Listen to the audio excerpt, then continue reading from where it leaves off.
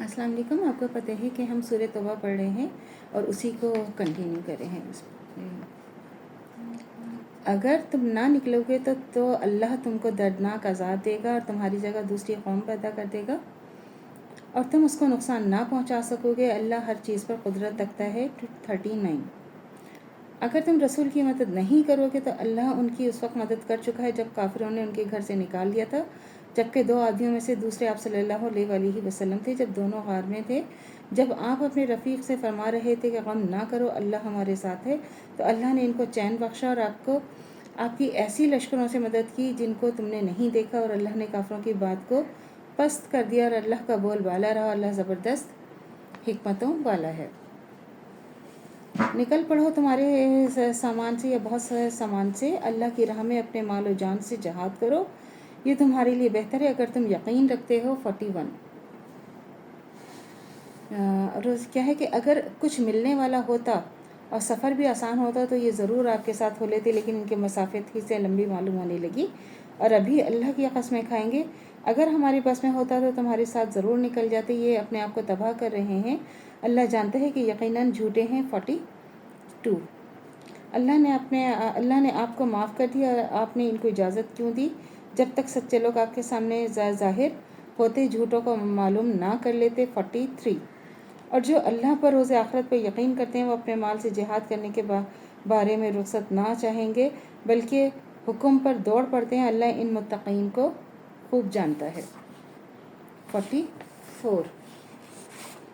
اس میں آپ دیکھ رہے ہیں نا اللہ تعالیٰ کیسے کہہ رہے ہیں کہ مدد جو ہے نا کرنا کتنا ضروری ہے، اور جب ہمارے نبی تھے کہ کس طرح اس میں ہر طرح کے لوگ موجود ہوتے ہیں نا جو اللہ کی راہ میں دوڑے جاتے ہیں. کچھ منافق ہوتے ہیں اور کچھ بالکل وہ چاہتے ہیں کہ ہمارا نام بھی ہو جائے اور ہمیں کچھ کرنا بھی نہ پڑے. اس طرح کے بھی لوگ ہوتے ہیں. اور جہاد سے بچنے کے لیے وہی لوگ رخصت چاہتے ہیں جو اللہ پر روز آخرت پر یقین نہیں رکھتے. یہ آپ دیکھیں کس طرح اللہ تعالیٰ کہہ رہے ہیں کہ اللہ کی راہ میں جہاد کریں. جب ابھی آپ کو دیکھیں جہاں ضرورت ہے تو اس کی پھر آپ کو معافی نہیں ہے کہ اگر آپ کے مسلمانوں پہ ظلم ہو رہا ہے اور آپ جہاد نہ کریں تو اس کی آپ کے اوپر معافی نہیں ہے، وہ پھر اللہ کے ہاں آپ کو حساب دینا ہے لازمی. اور جو اللہ پر روز آخرت پہ یقین رکھتے ہیں ان کے دل شک میں ہیں اور اپنے شک میں حیران ہیں. 45. اور اگر وہ نکلنے کا ارادہ کرتے ہیں تو اس کے لیے سامان تیار کرتے ہیں، لیکن اللہ نے ان کا نکلنا پسند نہیں کیا تو ان کو ہلنے جلنے ہی نہیں دیا. ان کو کہہ دیا گیا کہ معذوروں کے ساتھ تم بھی بیٹھے رہو. 46.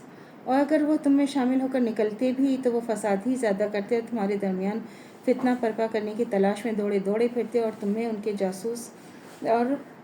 جاسوس ہیں. اللہ تو ان ظالموں کو خوب جانتا ہے. اور انہوں نے پہلے بھی فتنہ پھیلایا تھا جتنا فتنہ پردازی کی تھی، اور آپ کے لیے بھی بہت سی باتوں میں الٹ پھیر کرتے رہے ہیں یہاں تک کہ حق آ پہنچا. اللہ ہی کا حکم غالب رہا اور وہ برا مانتے رہے.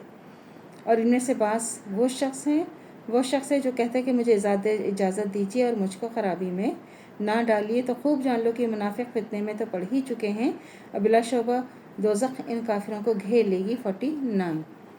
تو کس طرح اللہ تعالیٰ اس میں کہہ رہے ہیں، آپ دیکھیں کہ اللہ تعالیٰ کو آپ کے دلوں کے حال اللہ تعالیٰ سب جانتے ہیں. جو منافق ہے اس کا بھی اللہ کو پتہ ہے، جو نیک اور خوشی سے اللہ کی راہ میں جہاد کرنا چاہتے ہیں ان کا بھی اللہ کو پتہ ہے. تو اللہ سے تو کوئی بات چھپی ہوئی نہیں ہے. اللہ تو دلوں کے حال جاننے والا ہے، اللہ ہر چیز میں بہتری کرنے والا ہے. تو اللہ سے دعا کرنی چاہیے جو ہمارے ایمان ہے مرتے رہتا قائم و دائم رہے، خاتمہ بالخیر ایمان پر ہو. اجازت دیجیے. اللہ حافظ. میرے چینل کو لائک کیجیے، شیئر کیجیے، سبسکرائب کیجیے. شکریہ.